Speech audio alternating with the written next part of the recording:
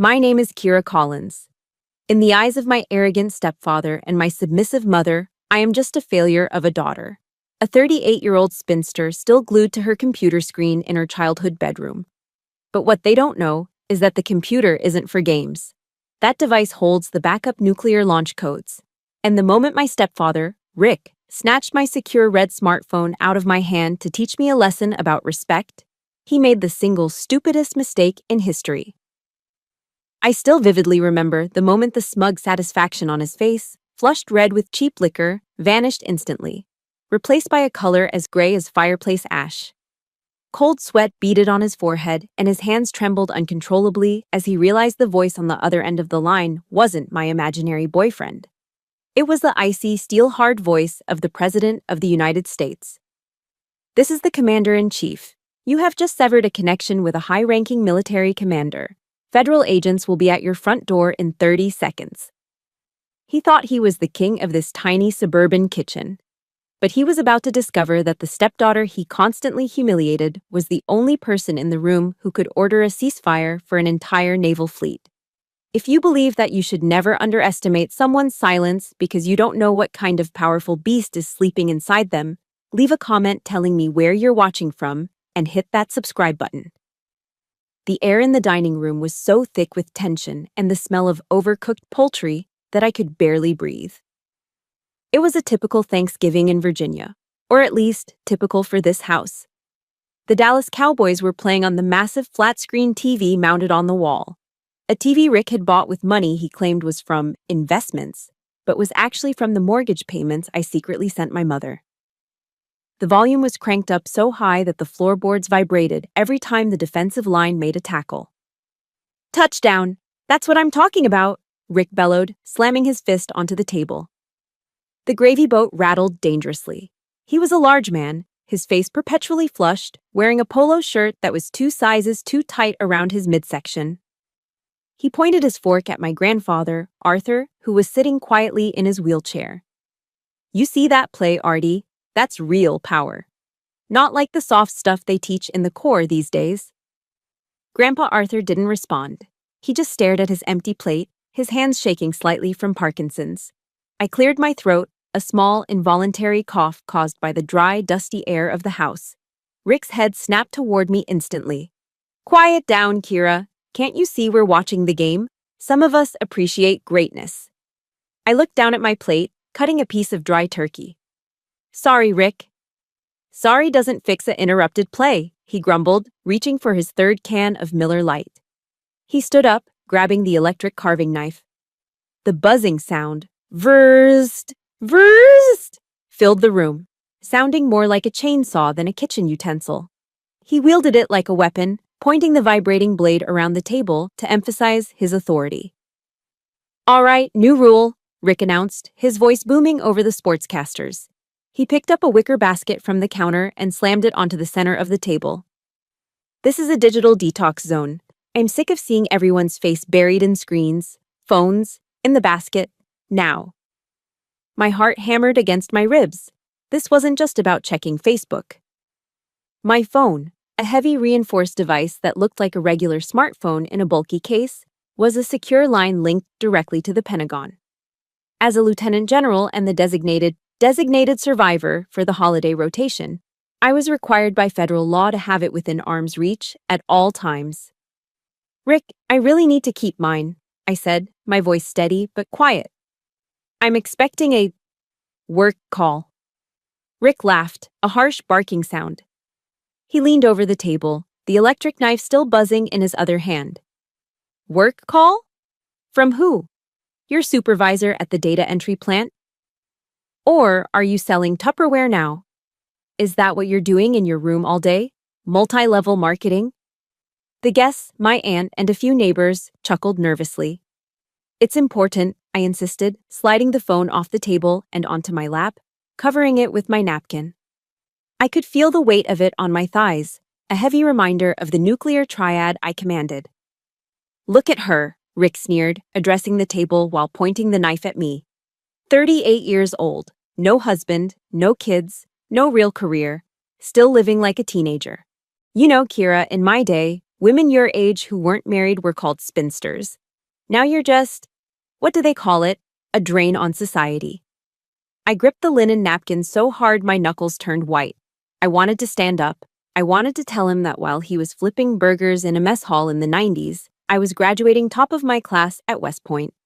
I wanted to tell him that the data entry I did involved encrypting coordinates for ballistic missile submarines. But I couldn't.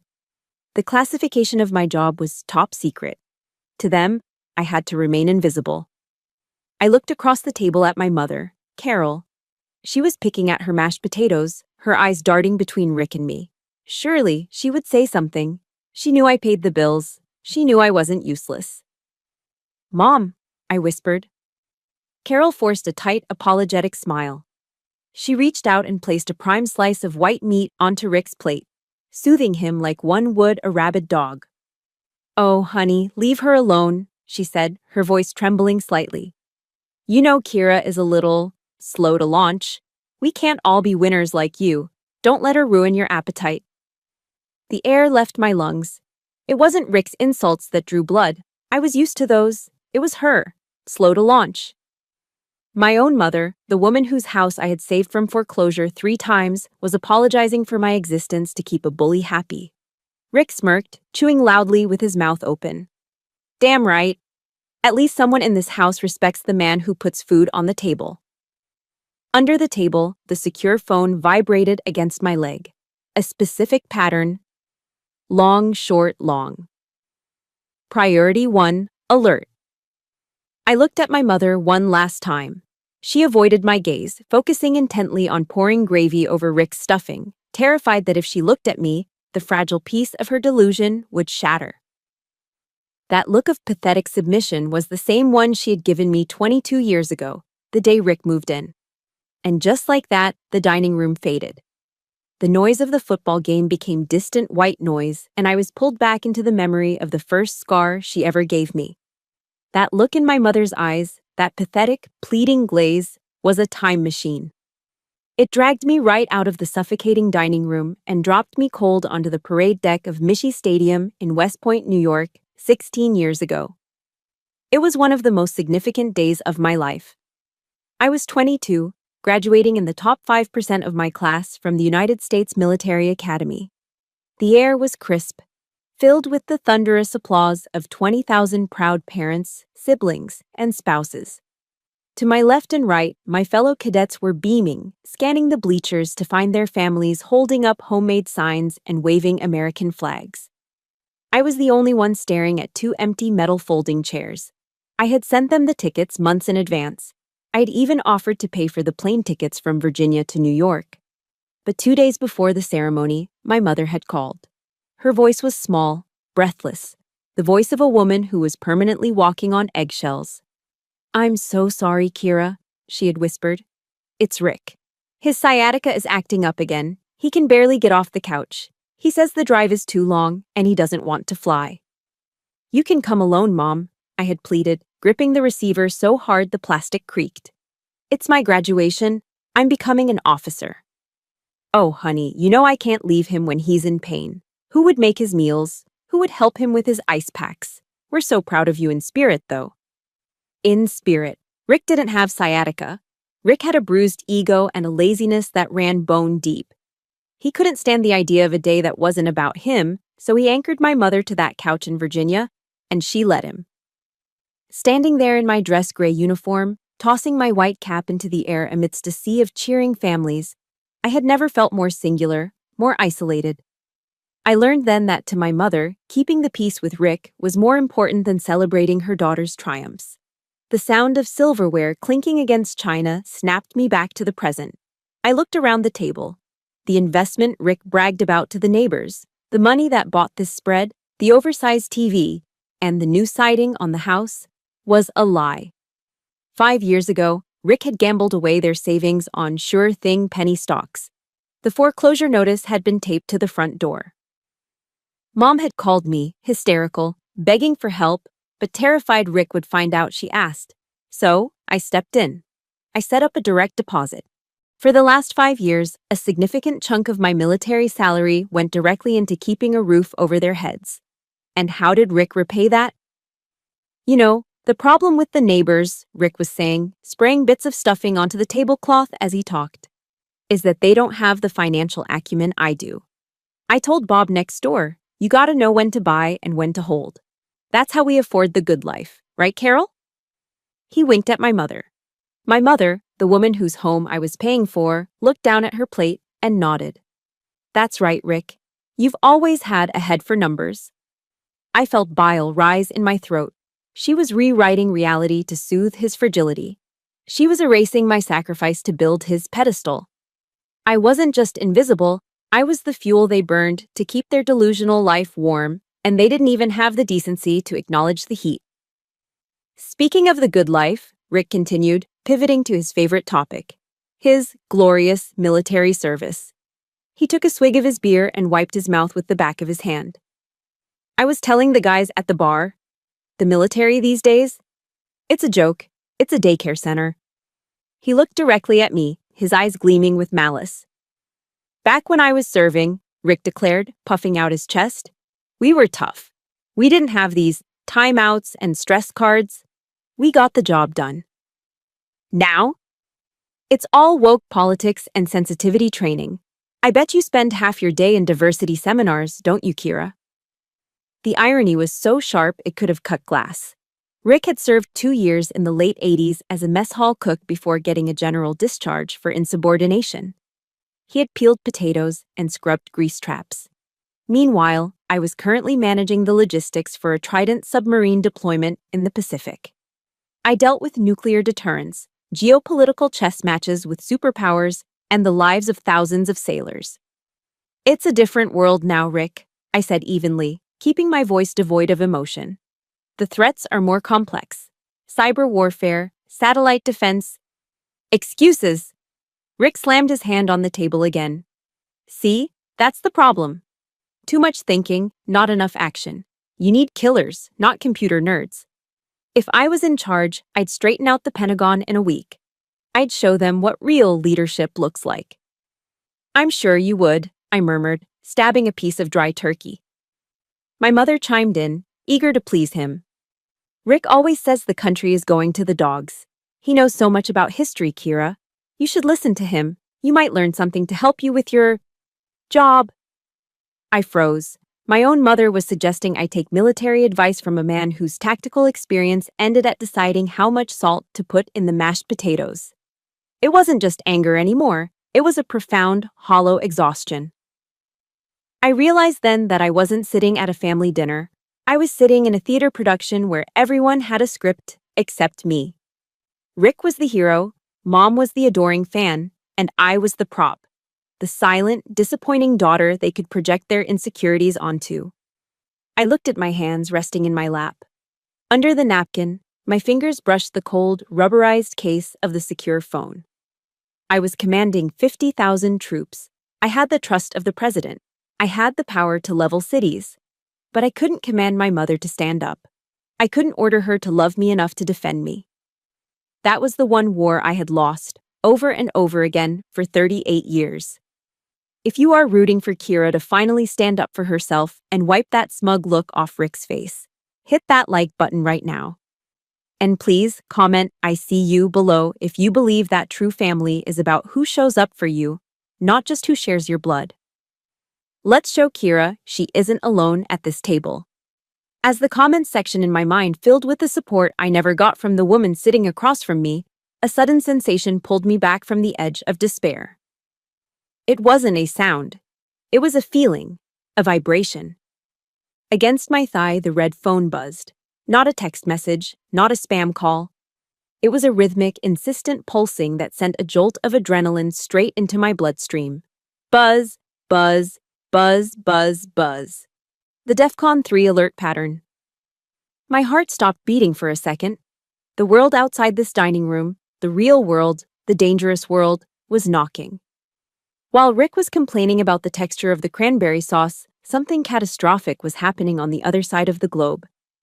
I gripped the phone under the napkin, my knuckles turning white. The contrast was dizzying. Above the table, I was a disappointment. Below the table, I was the only thing standing between peace and nuclear winter. What's wrong with you? Rick barked, noticing my sudden rigidity. You look like you swallowed a bug. Stop twitching. It's distracting. The vibration against my thigh wasn't just a notification, it was a scream in Morse code. Dot, dot, dot. Dash, dash, dash. Dot, dot, dot. SOS. In the civilian world, that signal means, save our souls. In my world, the world of the National Military Command Center, it means a strategic asset has been compromised. My heart didn't flutter, it slammed into a rhythmic, combat-ready cadence. My sympathetic nervous system flooded my body with cortisol, sharpening my vision and dulling the ambient noise of the room. But I couldn't run to a situation room. I was trapped in a suburban dining chair, flanked by a mother who was afraid of her own shadow and a stepfather who was currently dissecting the viscosity of the turkey gravy. Carol, I gotta be honest with you, Rick said, his voice wet with chewing. He held up a spoonful of the brown liquid, letting it drip back onto his plate with a pathetic splash. This gravy, it's water. It's got no body. Did you even use the drippings, or did you just mix that powder packet with tap water? My mother flinched as if he'd thrown the spoon at her. I used the drippings, Rick. Maybe I didn't let the roux thicken enough. I'm sorry. I can heat up a jar of the store-bought kind.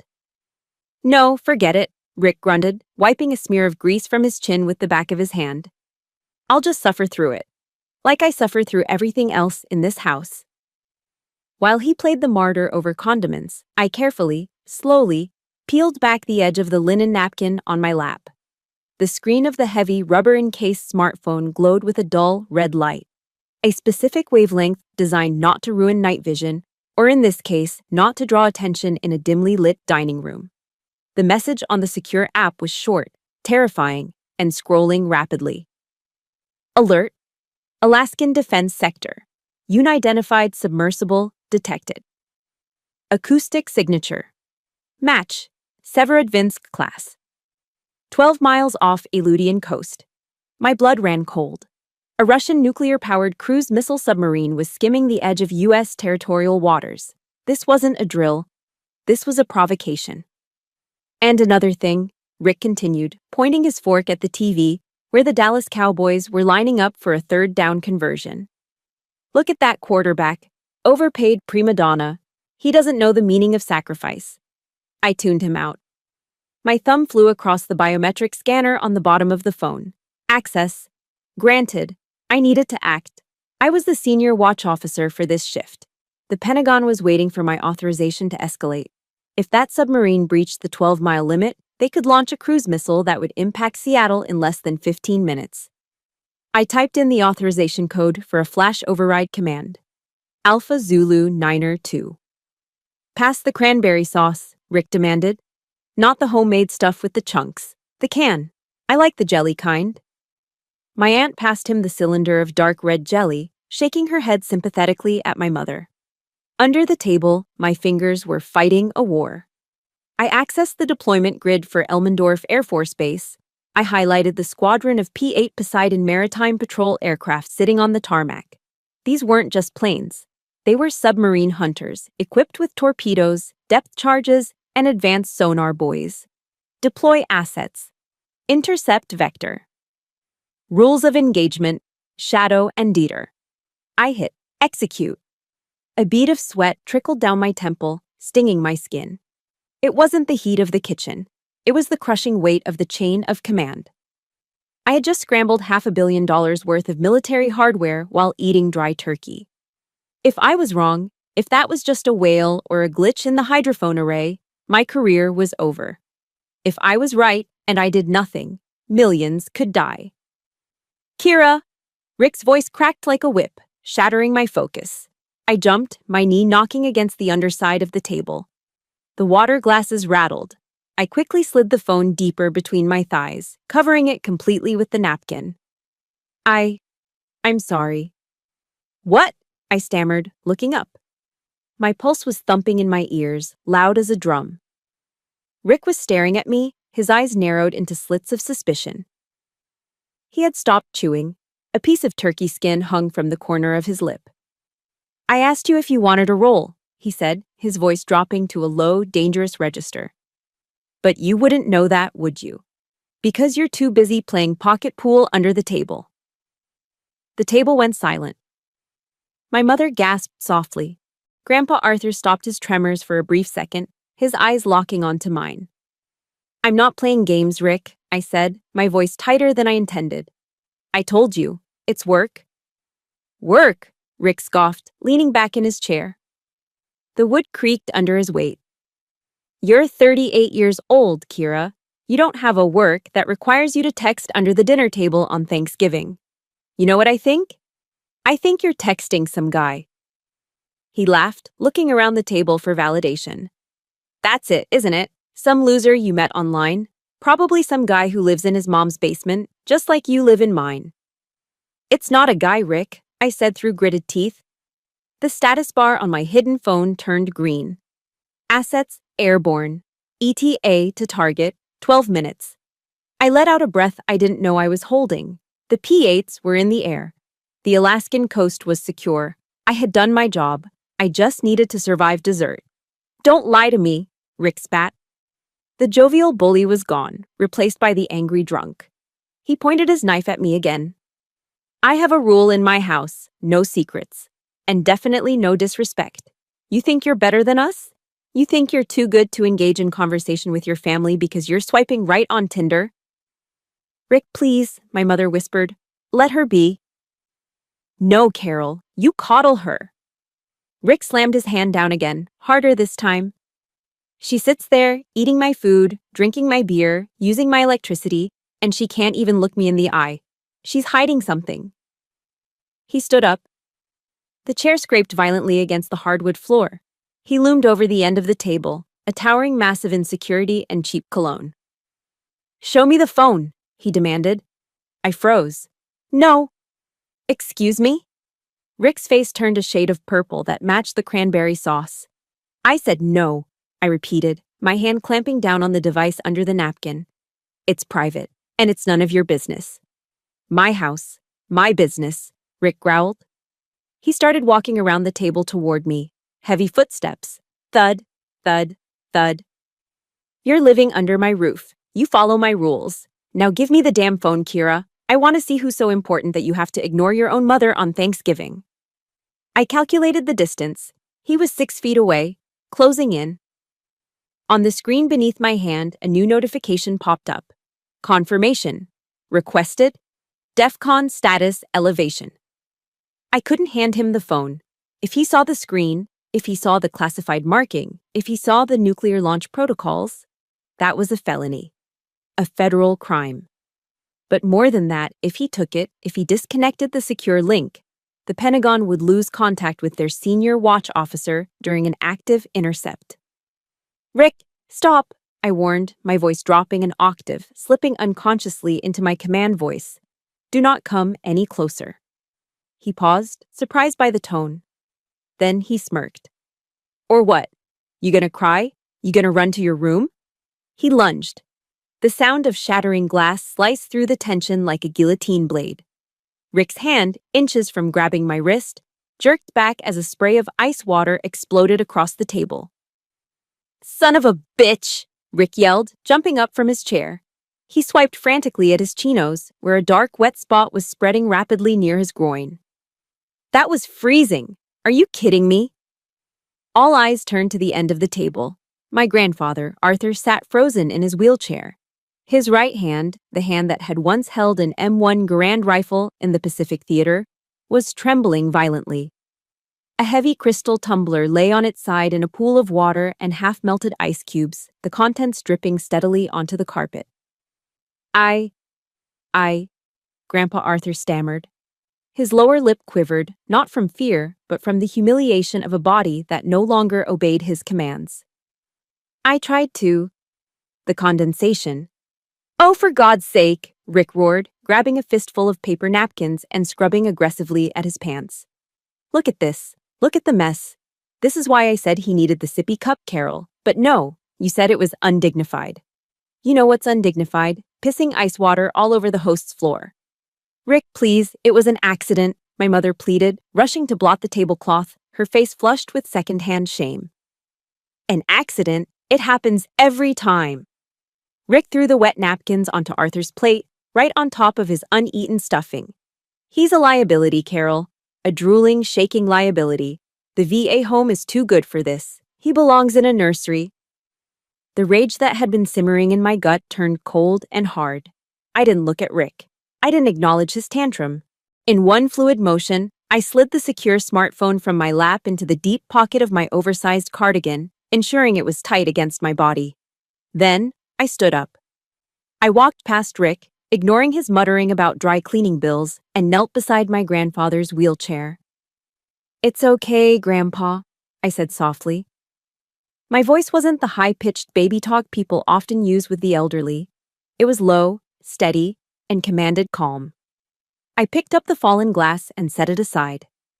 I took a linen napkin, one of the fancy ones Rick had insisted we use to impress the neighbors, and began to dry Arthur's hand. His skin was paper-thin, mottled with age spots and blue veins, shaking with the rhythmic tremor of advanced Parkinson's.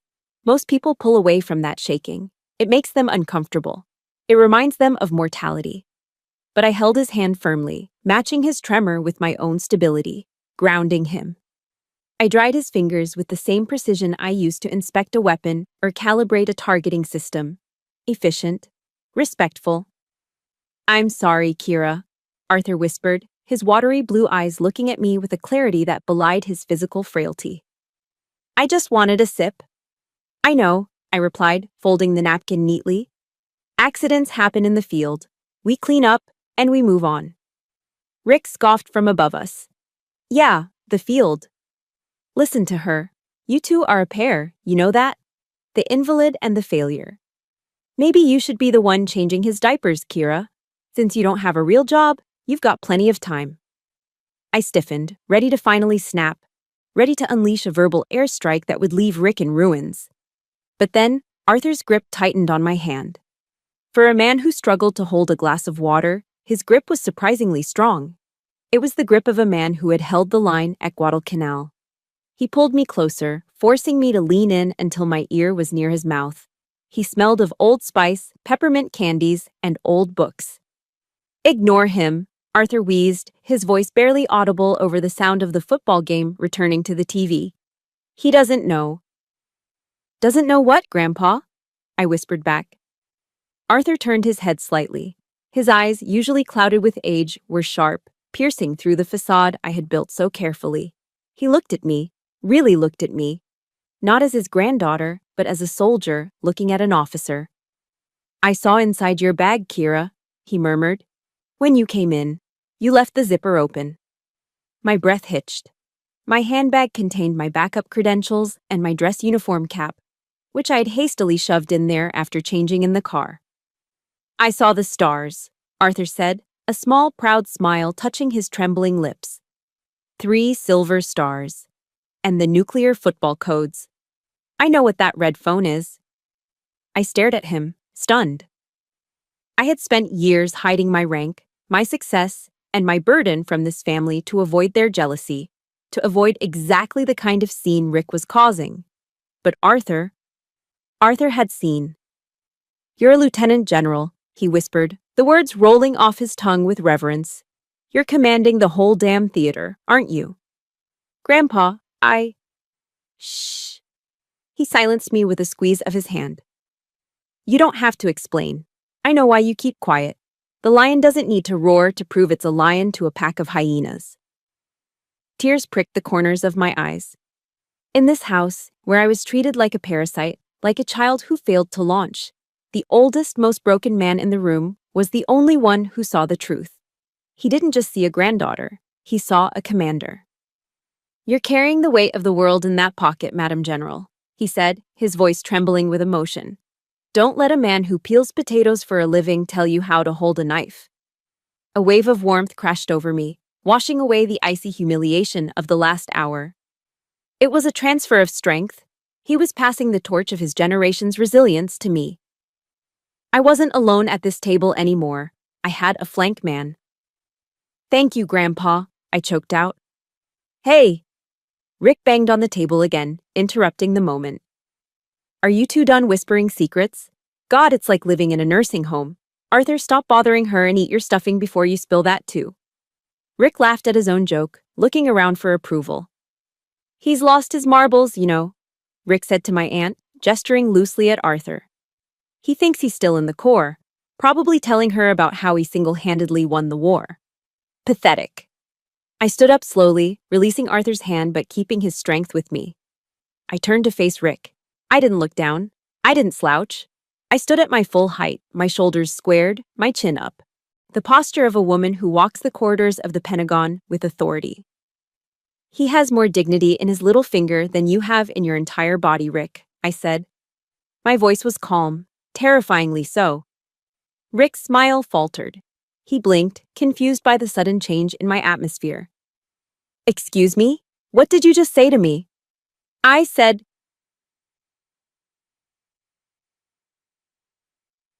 The sound cut through the room like a siren. It wasn't the subtle vibration of a text message. It wasn't the standard marimba ringtone of an iPhone. It was a shrill, mechanical, old-school digital trill. The kind of ringtone that is hard-coded into secure government devices for one reason only. Immediate action required. It was coming from my pocket. The room went dead silent. The football announcers, the clinking of forks, the chewing, it all seemed to stop. Rick's eyes dropped to the pocket of my cardigan, where the red light was flashing through the knit fabric, pulsing in time with the screaming ringtone. I told you, Rick whispered, his face twisting into a mask of pure, unadulterated fury. No. Electronics. He didn't know it yet, but the man calling on that phone had the power to turn this house into a parking lot. And I had to answer it. I have to take this, I said, my hand moving to my pocket. The hell you do, Rick spat, stepping around the spilled water, his eyes locking onto mine with the intent to harm. Give me that phone, Kira, now. The digital trill of the phone was relentless. Drrr ring, drrr ring, drrr ring. In a normal household, a ringing phone during Thanksgiving dinner is an annoyance. It's a telemarketer or a distant relative calling to wish everyone well. But this wasn't a normal ring. It was a frequency-hopping signal designed to cut through electronic jamming, broadcasting at a decibel level meant to wake a sleeping commander from a deep slumber in a bunk 5 decks down on an aircraft carrier. It was the sound of the world ending. I pulled the phone from my pocket. My hand didn't shake. Training took over.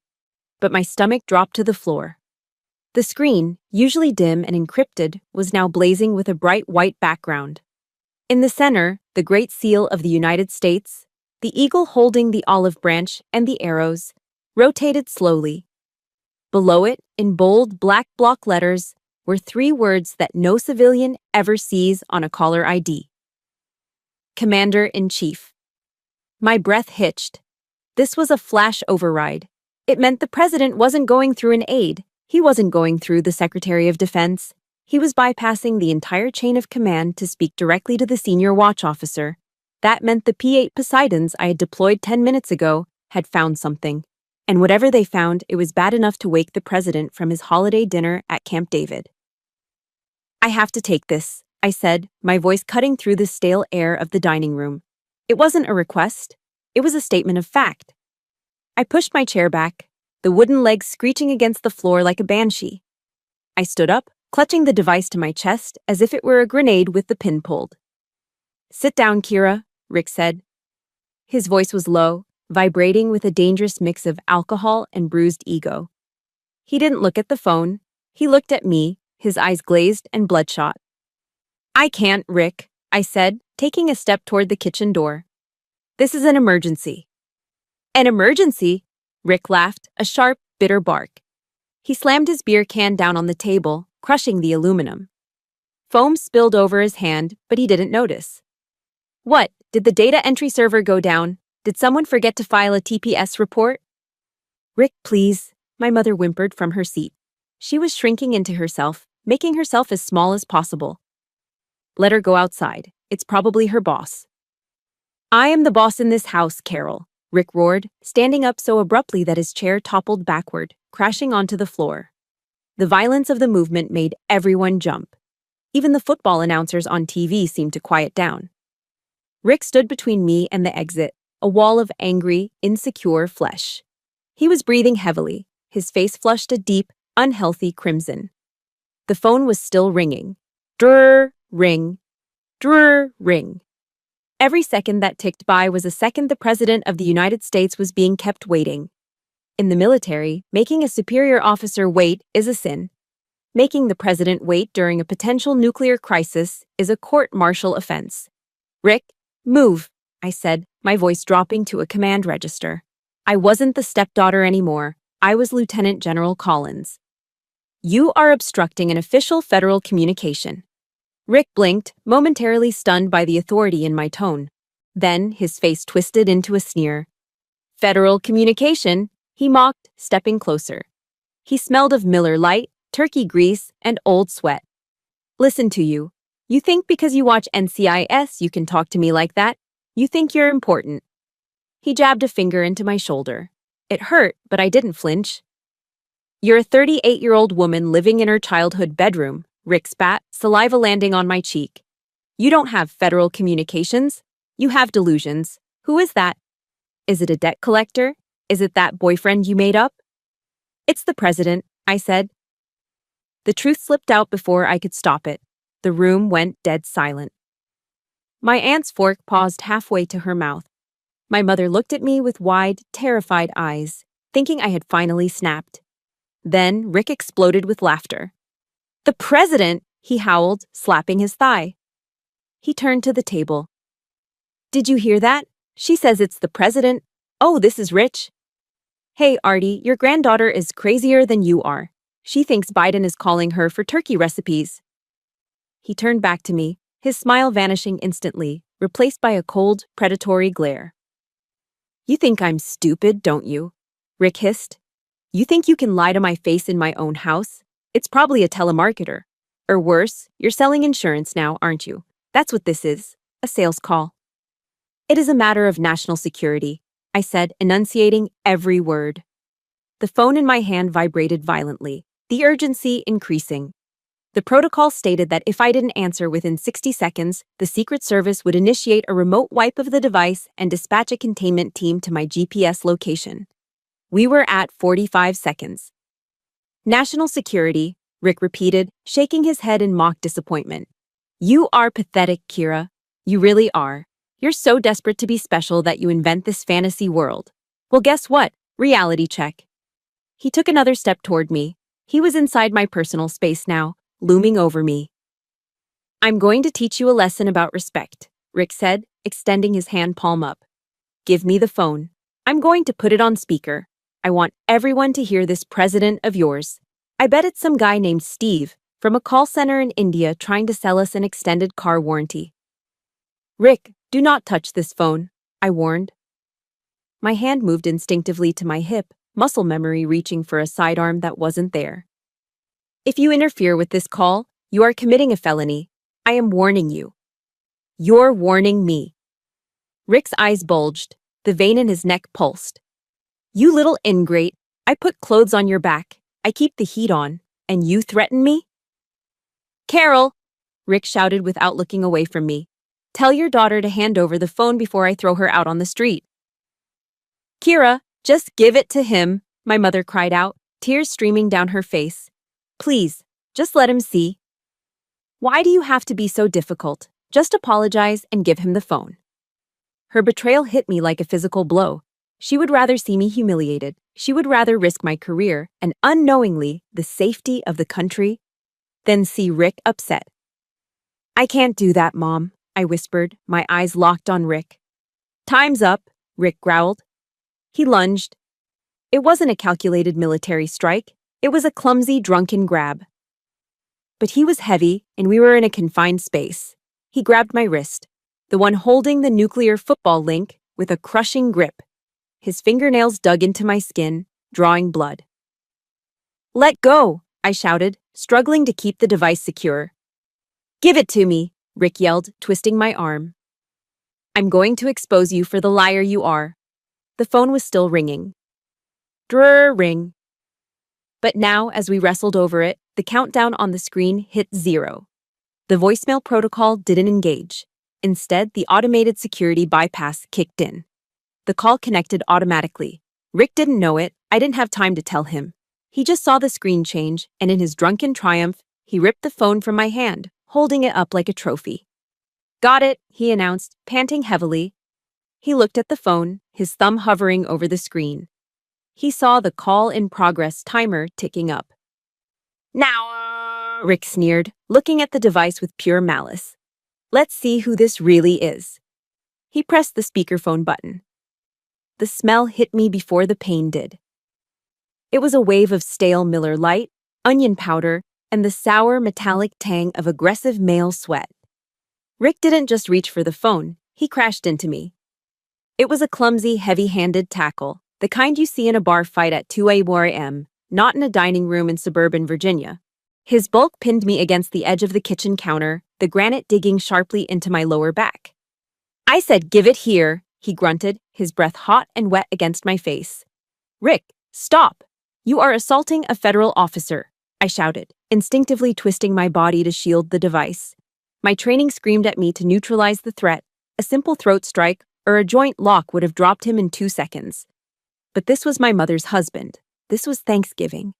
And a small, stupid part of me was still the daughter trying not to ruin the holiday. "Officer, you're a liar," Rick roared. His hand, thick and greasy from the turkey skin, clamped down on my wrist. He squeezed. Hard. I felt the tendons in my forearm strain. His fingernails, ragged and dirty, dug into my skin, scraping down toward my hand. It burned, a sharp stinging heat that made me gasp. But the physical pain was nothing compared to the sound that cut through the struggle. "Kira, stop it! Just give it to him!" It was my mother. She wasn't screaming at the man who was physically attacking her daughter. She wasn't dialing 911. She was standing by the table, wringing her hands, her face twisted in annoyance at me. "Why do you always have to be so difficult?" she shrieked, her voice cracking. "He just wants to see the phone. Why do you have to ruin everything? Just give it to your father and apologize." Your father. That word severed the last tether holding me to this family. In that split second, amidst the grunt of exertion and the smell of cheap beer, my heart didn't break. It turned to stone. She saw me being hurt. She saw me being humiliated, and her only instinct was to offer me up as a sacrifice to keep the beast calm.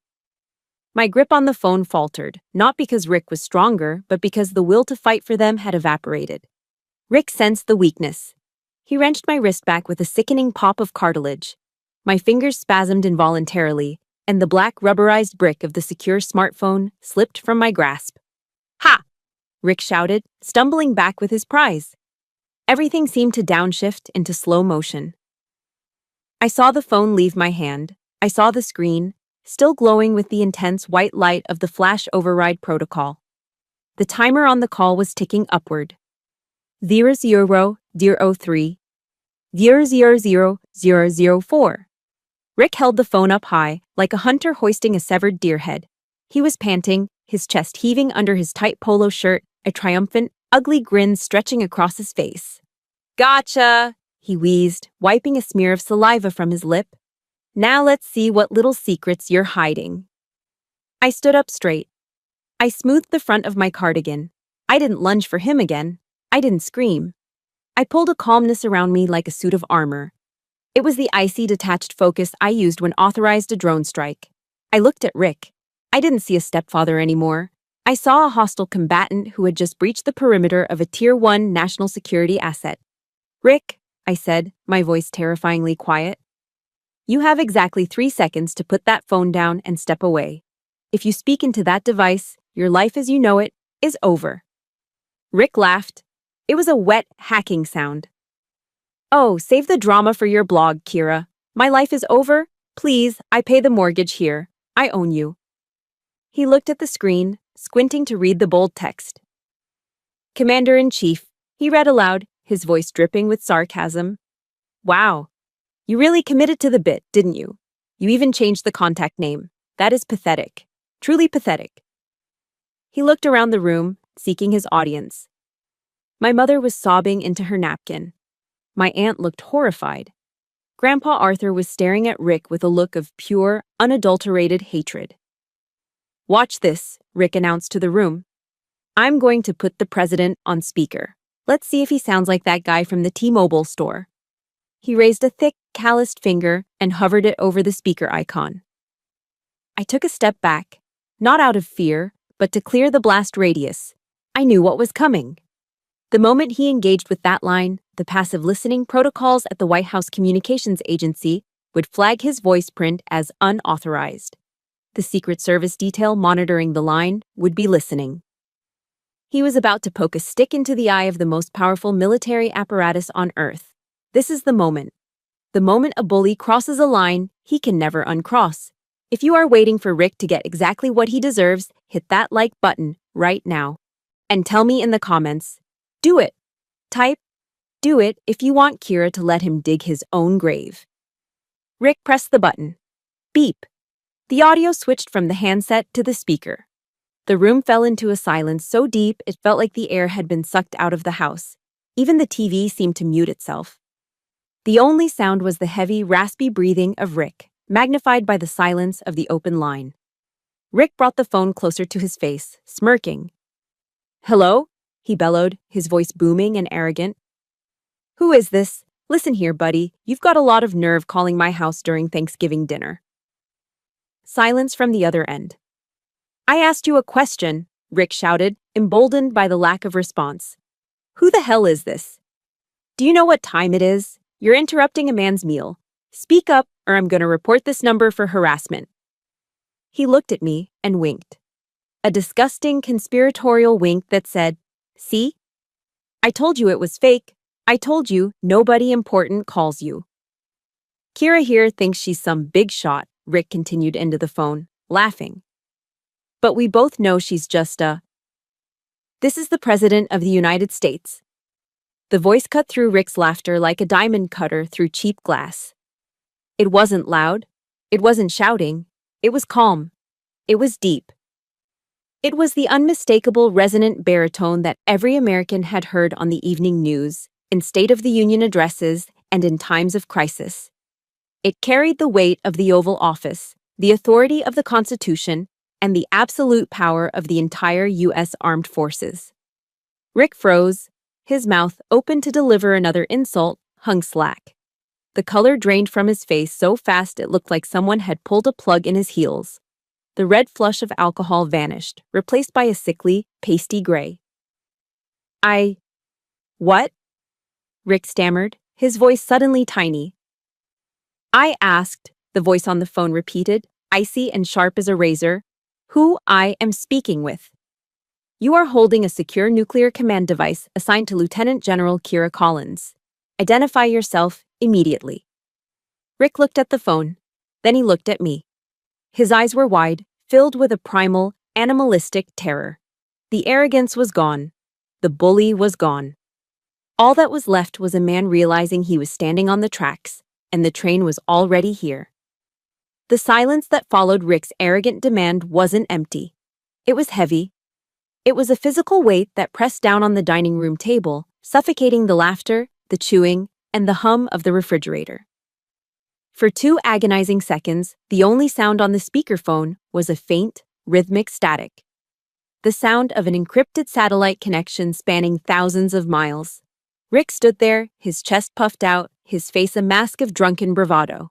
He looked around at the guests, his eyebrows raised as if to say, "See? I called their bluff." He was expecting a dial tone. He was expecting a stammering telemarketer. He was expecting the silence of a prank caller hanging up. Instead, a voice filled the room.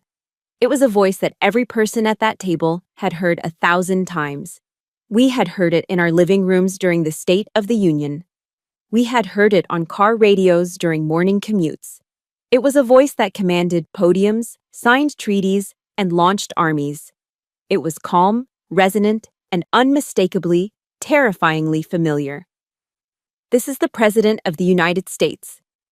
The words didn't just hang in the air. They landed like anvil strikes. Thud, thud, thud. Rick's smirk didn't fade. It shattered. It was as if someone had physically slapped the expression off his face. His mouth, which had been open to deliver another insult, snapped shut, then popped open again, working silently, like a fish on a dock.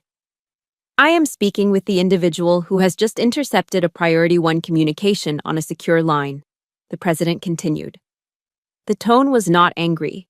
It was worse. It was the cold, detached bureaucratic steel of absolute authority.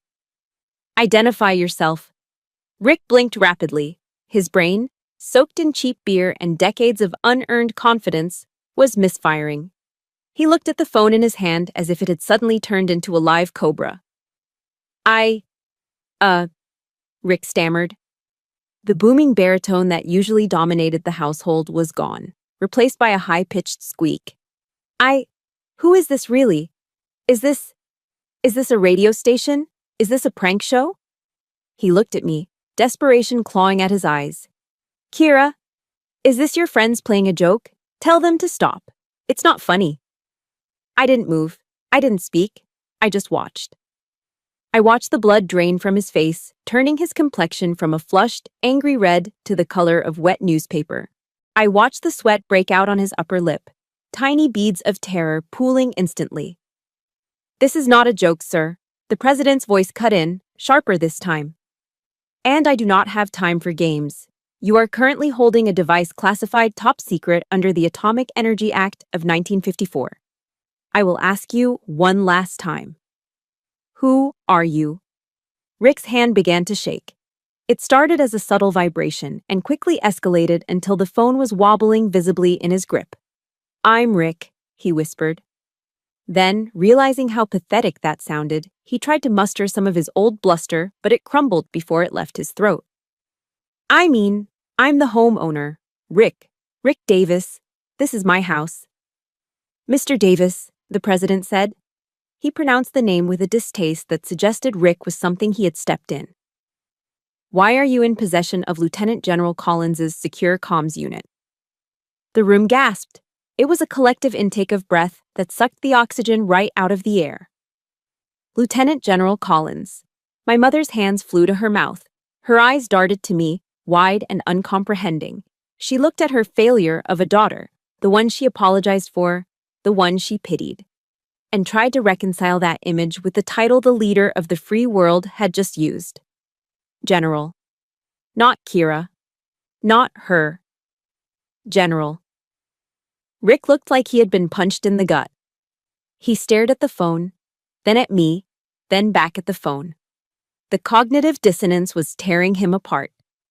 General? Rick choked out, a nervous, hysterical laugh bubbling up. No, Mr. President. Sir, you've got the wrong person. This is Kira, my stepdaughter. She's unemployed. She plays video games. She's just... Kira. Mr. Davis, the president interrupted, his voice dropping an octave, becoming dangerously quiet. You are mistaken. The officer standing in your kitchen is the Deputy Director of Strategic Operations for the Pacific Theater. She is currently coordinating a response to a hostile foreign incursion, and you... The pause was excruciating. You have just severed her connection to the Pentagon during a crisis. Do you have any idea what you have done? Rick's knees actually buckled. He had to grab the edge of the table to keep from collapsing. The sweat was now streaming down his face, dripping off his chin onto his polo shirt. I didn't know, Rick whimpered. He sounded like a child caught stealing candy, not a grown man. She didn't tell me. She just said it was work. I thought she was lying. I thought... Ignorance is not a defense for treason, Mr. Davis, the president stated.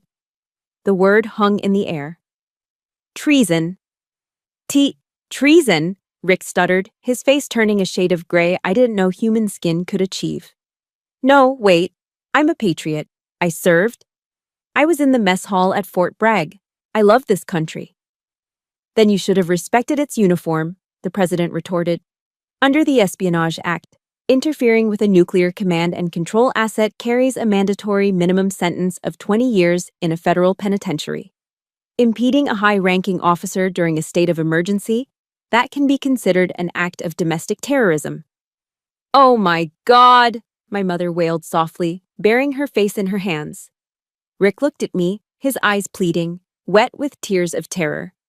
Kira, tell him I didn't mean it. Tell him we were just... Just joking around. We're family, right? Family jokes. I looked at him. I looked at the man who had called me useless 5 minutes ago. I looked at the man who had made my mother cry for years. I looked at the man who had just risked millions of lives because his ego couldn't handle a woman having a secret.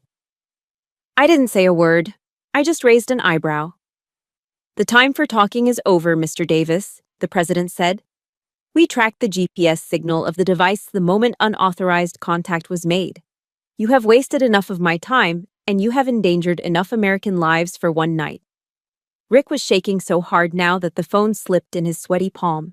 He clutched it with both hands, terrifyingly afraid to drop it, yet terrified to keep holding it. Please, Rick begged, addressing the speakerphone. I'm sorry. I'll give it back. I'll give it back right now. Just don't arrest me, please. It is too late for that, the president said. The voice was final, absolute. Mr. Davis, do me a favor. Anything, Rick cried. Anything, sir. Look out your window. Rick froze. He slowly, agonizingly turned his head toward the large bay window that overlooked the front driveway. The driveway he was so proud of. The driveway where he parked his leased pickup truck. He took a step toward the glass, his movements jerky and robotic. I don't see, Rick started to say. Then, the world outside exploded into light. Rick never saw the driveway. He never saw his prized Ford F-150. He never saw the manicured lawn he spent every Saturday obsessing over. What he saw was a wall of blinding, impossible white light. It hit the bay window with the force of a physical blow, turning the night instantly into a hyper-exposed, washing-out glare. Simultaneously, the air above the house began to vibrate. It wasn't just a sound, it was a rhythmic, chest-compressing thumping that rattled the fine china in the hutch. Thwup, thwup, thwup, thwup. Black Hawk helicopters, low altitude, hovering directly over the roof. What the? Rick started, shielding his eyes with the hand not holding the phone. He didn't get to finish the sentence. Crash! The bay window didn't just break, it disintegrated. Controlled detonation charges blew the glass inward in a shower of glittering shards. Before the first piece of glass hit the floor, 3 canisters clattered across the hardwood. Bang! Bang! Bang! Flashbangs. A searing white light and a concussive boom rocked the dining room. My mother screamed, a high, piercing shriek of pure terror. My aunt dove under the table. Even the heavy oak table seemed to jump. I didn't flinch. I didn't blink. My training kicked in instantly. I knew exactly what was happening. I tucked my chin, opened my mouth slightly to equalize the pressure, and stood perfectly still. This was a breach and clear. Textbook execution.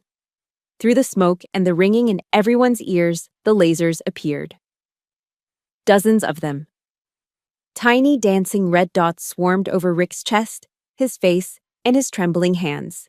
He looked like a Christmas tree lit up in hell. Federal agents, get down now. The command didn't come from one person, it came from everywhere. The back door was kicked in. The front door was rammed open. The shattered window became a portal for shadows to pour through. Men in full tactical gear, black Kevlar vests, ballistic helmets, assault rifles raised, swarmed the room. They moved with the terrifying, fluid speed of a pack of wolves. These weren't local cops. This was the Secret Service Counter-Assault Team, CAT, the tip of the spear, the guys who eat bullets for the president. Rick stood there, frozen, his brain unable to process the shift from Thanksgiving dinner to war zone. He was still holding the phone up, blinking stupidly at the laser sights painting his forehead. Drop the device! Drop it! Rick tried to speak. I live... He was too slow. 2 agents hit him like a freight train. There was no negotiation. There was no, please. One agent swept Rick's legs while the other drove a shoulder into his midsection. Rick went down hard, but he didn't hit the floor. Gravity and momentum conspired to deliver the most poetic justice I had ever witnessed. Rick's face, open-mouthed, terrified, slammed directly into the large ceramic bowl of mashed potatoes on the center of the table. Splat. The bowl shattered. Creamy, buttery potatoes exploded outward like a starch grenade, covering the turkey, the green beans, and coating Rick's head in a thick, white layer of humiliation. Before he could even sputter, the agents dragged him off the table and slammed him onto the hardwood floor. "Hands! Give me your hands!" Rick was thrashing, making muffled noises through the potatoes clogging his nose and mouth. "Mmph. Gah! My back! You're breaking my arm. Stop resisting. Zip." The sound of heavy-duty plastic zip ties cinching tight was music to my ears. Rick's hands were wrenched behind his back, securing him in a position of total submission. An agent pressed a knee into the small of Rick's back, pinning him to the ground like an insect. "Subject secure," the agent yelled. "Device is loose. I repeat, the football is loose." The phone had skittered across the floor during the takedown, landing near the buffet table. The chaos in the room was absolute. My mother was huddled in the corner, sobbing hysterically, clutching her pearls. My aunt was praying loudly. The neighbors who had been laughing at me 5 minutes ago were lying face down on the carpet, hands over their heads, trembling. Only 2 people were calm. Me and Grandpa Arthur. Arthur sat in his wheelchair, a napkin tucked into his collar, watching the scene with a serene, almost gleeful expression. He caught my eye and gave me a barely perceptible nod. Semper Fi, General. The front door opened again. The heavy tactical boots of the entry team made way for polished dress shoes. A tall man in a sharp black suit walked in. He wore an earpiece and the grim expression of a man who had not smiled since the Reagan administration. It was Special Agent Miller, the detail leader. I'd worked with him during the G20 summit. He walked past my sobbing mother. He walked past Rick, who was currently trying to spit mashed potatoes out of his mouth while groaning about a lawsuit. He walked past the armed agents. Miller stopped at the buffet table. He produced a microfiber cloth from his pocket, picked up the secure smartphone with the reverence one would show a religious artifact, and quickly inspected it for damage. Satisfied, he turned to me. The room fell silent again, save for Rick's pathetic whimpering. Agent Miller walked up to me, stopped exactly 3 feet away, and snapped his heels together. He didn't look at me like a suburban stepdaughter. He looked at me like I was the only person in the room who mattered. He extended the phone with both hands. "General Collins," Miller said, his voice cutting through the noise. "The asset is secured. The line is still open. The president is holding for your situation report." I took the phone. I wiped a small speck of potato off the screen with my thumb. "Thank you, Agent Miller," I said, my voice steady. "What is the status of the perimeter?" "Perimeter is locked down, ma'am," Miller replied sharply. "Airspace is cleared. We have a containment team scrubbing the digital footprint of everyone in this house. No one leaves until you say so." I nodded. Then I looked down. Rick had managed to lift his head off the floor. His face was a mask of white potato paste, gravy, and blood from a split lip. One eye was swollen shut. He looked up at me, and for the first time, he really saw me. He heard the agent call me General. He saw the respect. He saw the guns. And his brain finally caught up. "General," Rick rasped, spitting out a lump of potato. "Kira, what is happening?" My mother pulled herself up from the corner, her makeup running down her face. "Kira, why are they calling you that? Tell them to stop. Tell them to let Rick go." I ignored her. I stepped closer to Rick, the heels of my boots clicking ominously on the hardwood floor, stopping inches from his nose. "You wanted to know what I do, Rick," I said, looking down at him. "You wanted to know why I sit in my room. You wanted to know if I was selling insurance." I leaned down, just enough so he could see the cold, hard truth in my eyes. "I hunt submarines," I whispered, "and I neutralize threats. Today, the threat was you." Rick's eyes widened in horror. He started to cry, not the angry tears of a drunk, but the terrified broken sobs of a man who realizes he has spent years kicking a sleeping dragon. "Kira, please," Rick blubbered, snot and gravy mixing on his chin. "I'm sorry, I didn't mean it. We're family. Tell them, I'm your dad. I'm your dad." "Agent Miller," I said, standing back up and turning away from the pathetic mess on the floor. "Yes, General?" Get this trash out of my sight. The screaming didn't stop when the front door closed. It just became muffled, a pathetic rhythmic wailing that faded as Agent Miller's team dragged Rick toward the waiting convoy of black SUVs. Don't tase me. I have high blood pressure. I know people. Then, the heavy oak doors slammed shut, sealing the noise outside. Inside, the silence that followed was louder than the flashbangs. The dining room was a war zone.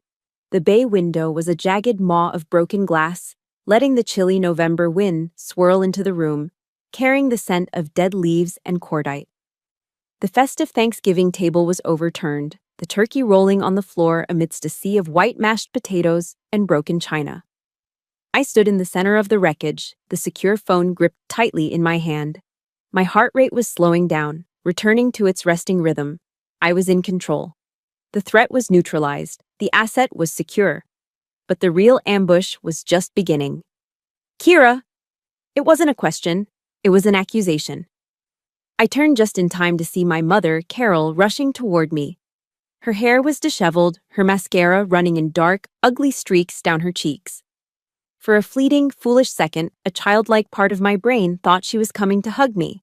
I thought she was coming to check if I was hurt, if Rick's clawing nails had broken the skin on my wrist.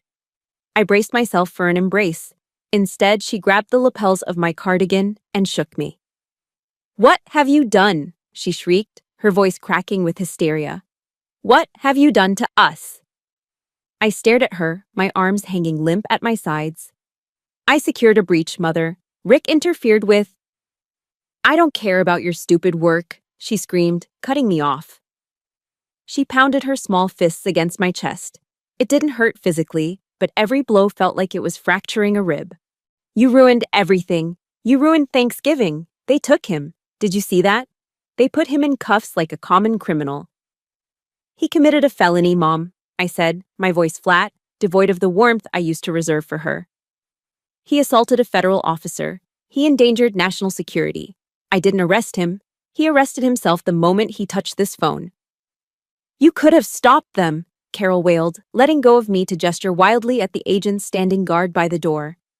"You're a general, aren't you? That's what they said. You're a general. Order them to let him go. Tell them it was a mistake. Tell them he was just joking." "I can't do that," I replied. "You won't do that," she corrected, her face twisting into a mask of ugliness I had never seen before. "You're doing this on purpose. You've always hated him. You've always been jealous of our happiness. You did this to humiliate him." I looked at the woman who had given birth to me. I looked for the mother who used to read me bedtime stories, the woman who used to protect me from the monsters under the bed. But that woman was gone. In her place stood an enabler, a woman so terrified of being alone that she would side with the monster rather than the child she was supposed to protect. "Happiness?" I asked, a cold laugh escaping my lips.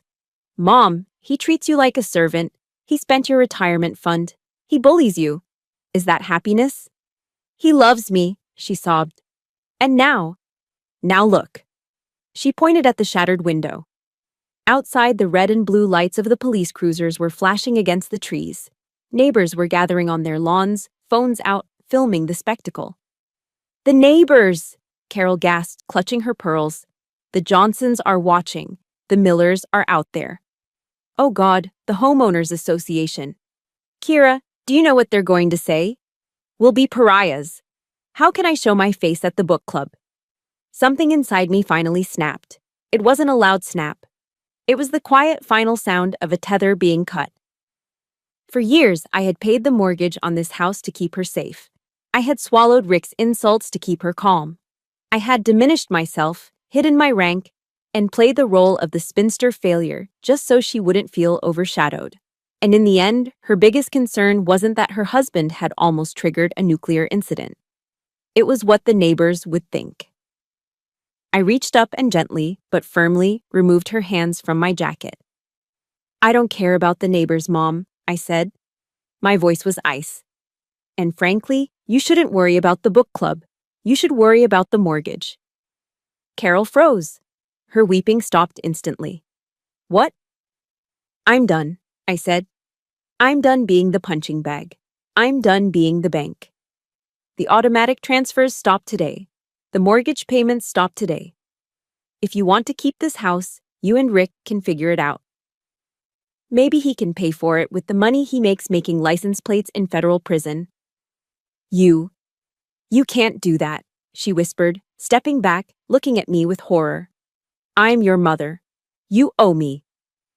I owe you respect, I said. And I have given you that for 38 years by not telling you how weak you are. But I don't owe you my life, and I certainly don't owe you my dignity. Kira, please, she begged, switching tactics instantly from aggression to pity. I can't do this alone. Don't leave me here. You're not alone, Mom, I said, gesturing to the empty, broken room. You have exactly what you chose. You chose him over me, every single time. I turned my back on her. It was the hardest thing I had ever done physically. Every instinct screamed at me to turn back, to fix it, to apologize, to make peace. But I knew that peace in this house was just a lie painted over a war zone. I walked toward the door. Kira, she screamed one last time. If you walk out that door, don't you dare come back. You hear me? You're dead to me. I didn't stop. But before I reached the exit, I paused. To my right, sitting amidst the carnage of the overturned table and the potato-covered floor, was Grandpa Arthur. He hadn't moved. He hadn't spoken. He sat in his wheelchair, his hands resting on the armrests. The chaos hadn't touched him. In fact, he looked more lucid, more present than he had in years. I walked over to him. The Secret Service agents parted to let me through. Grandpa, I said softly. Arthur looked up. His blue eyes were clear. The tremors in his hands seemed to have steadied. He looked at the wreckage of the room, then at his sobbing daughter, and finally at me. He didn't say a word. He didn't need to. He knew the cost of command. He knew that sometimes to save the ship, you have to cut the anchor. Slowly, with a great and trembling effort, Arthur lifted his right hand. He straightened his spine as much as his age would allow, and he saluted. It wasn't a perfect salute. His hand shook, and his angle was a bit off. But it was the most beautiful thing I'd ever seen. It was a salute from one soldier to another. A recognition of rank, yes, but more importantly, a recognition of courage. Semper Fi, kid, his eyes said. I swallowed the lump in my throat. I snapped my heels together, stood at attention, and rendered a crisp, slow hand salute in return. Goodbye, Grandpa, I whispered. I'll come back for you. I promise. I'll get you out of here. He nodded once, a small smile playing on his lips. I turned and walked toward the gaping hole where the front door used to be. The wind hit me full in the face, cold, biting, and incredibly clean. Agent Miller was waiting for me. He held the door open, his face impassive. Your vehicle is ready, General, he said. I stepped out onto the porch. The front lawn was a circus of flashing lights and curious onlookers. But parked right at the curb, cutting through the chaos like a shark through water, was a massive black Chevrolet Suburban with diplomatic plates. I walked past the neighbors who had whispered about poor, single Kira for years. I walked past the spot where Rick's truck used to be. I climbed into the back seat of the armored vehicle. The leather was cool and smelled of new car and safety. Agent Miller slammed the heavy door shut. Thud. The sound was final. It was the sound of a vault locking, the sound of a chapter ending. Through the tinted, bulletproof glass, I looked back at the house one last time. I saw my mother standing in the doorway, a silhouette of misery. Drive, I said. I didn't look back. 6 months later. The notification on my personal cell phone was distinct. It wasn't the red ring of the nuclear football anymore. That device was safely secured in a biometric safe at my office. This was just a standard civilian vibration. I looked down at the screen. It was a voicemail transcript from a blocked number. Kira, please. It's Mom. Listen, he's having a hard time in Cumberland. The Federal Correctional Institution isn't like the movies, honey. It's cold. He needs money for his commissary account. He says the food is inedible. He needs hygiene products. Please, just call me back. The neighbors are still talking, and I'm all alone here. We're family. I didn't finish reading the transcript. I didn't feel a spike of anger. I didn't feel a pang of guilt. I felt absolutely nothing. It was like reading a weather report for a city I no longer lived in. Rick was currently serving year 1 of a 20-year sentence for interfering with a federal officer and obstructing national security operations. My mother was living in the house I had stopped paying for, likely drowning in the reality she had helped create. I pressed delete. Then I went into my settings and permanently blocked the number. General Collins, the president is ready for you. I looked up. The young aide standing in the doorway of the West Wing waiting room looked nervous. I smiled at him, a genuine, warm smile. Thank you, I said, standing up. I wasn't wearing an oversized cardigan today. I wasn't hunching my shoulders to make myself look smaller. I was wearing my Army service uniform, the dress blues. The fabric was tailored to perfection, hugging my shoulders. On my epaulets, 3 silver stars caught the light of the chandelier. I walked past the aide, my stride long and purposeful. The sound of my heels on the hardwood floor was rhythmic, authoritative. Click, clack, click, clack. We walked through the narrow corridors of the West Wing, past the portraits of Lincoln and Washington, until we reached the heavy double doors of the Oval Office. The doors opened. The afternoon sun was streaming through the bulletproof glass behind the resolute desk, bathing the room in a golden glow. Standing there, waiting for me, was the commander-in-chief.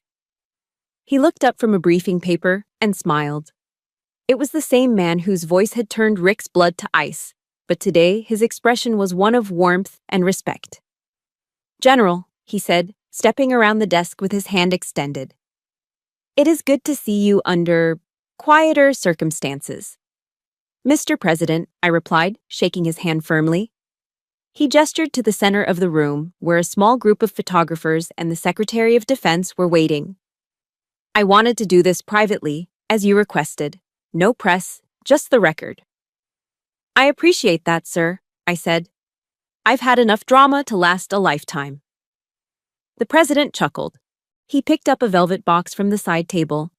For your actions on Thanksgiving Day, not only did you successfully coordinate the interception of a hostile Yasin-class submarine without a single shot fired, but you maintained the integrity of the nuclear command chain while under, let's call it, extreme domestic duress. He opened the box.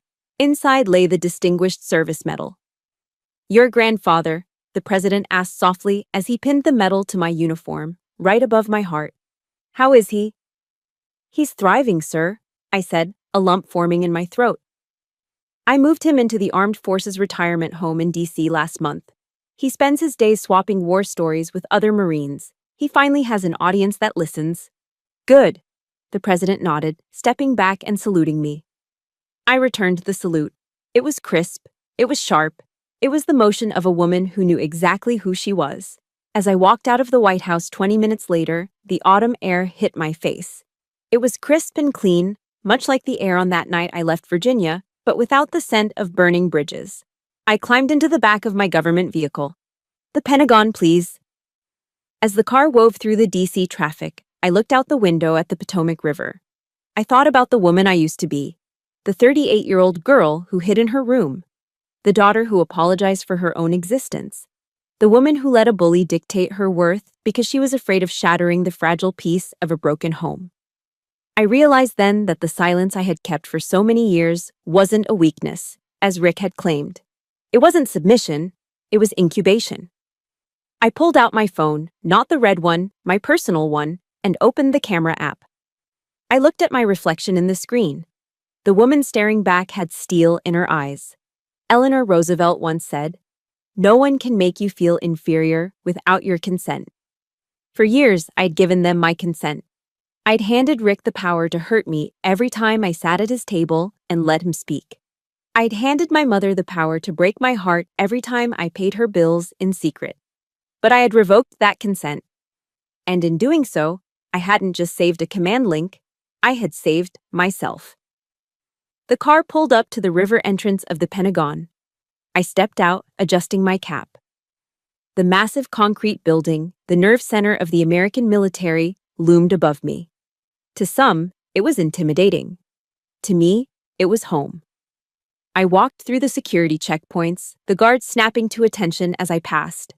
I walked down the long, polished corridors of the E-ring. Click, clack, click, clack. The sound echoed off the marble walls. It wasn't just the sound of footsteps. It was the sound of a beast that had been caged for too long, finally roaming its territory. I stopped in front of a window overlooking the courtyard. I looked at my reflection in the glass one last time.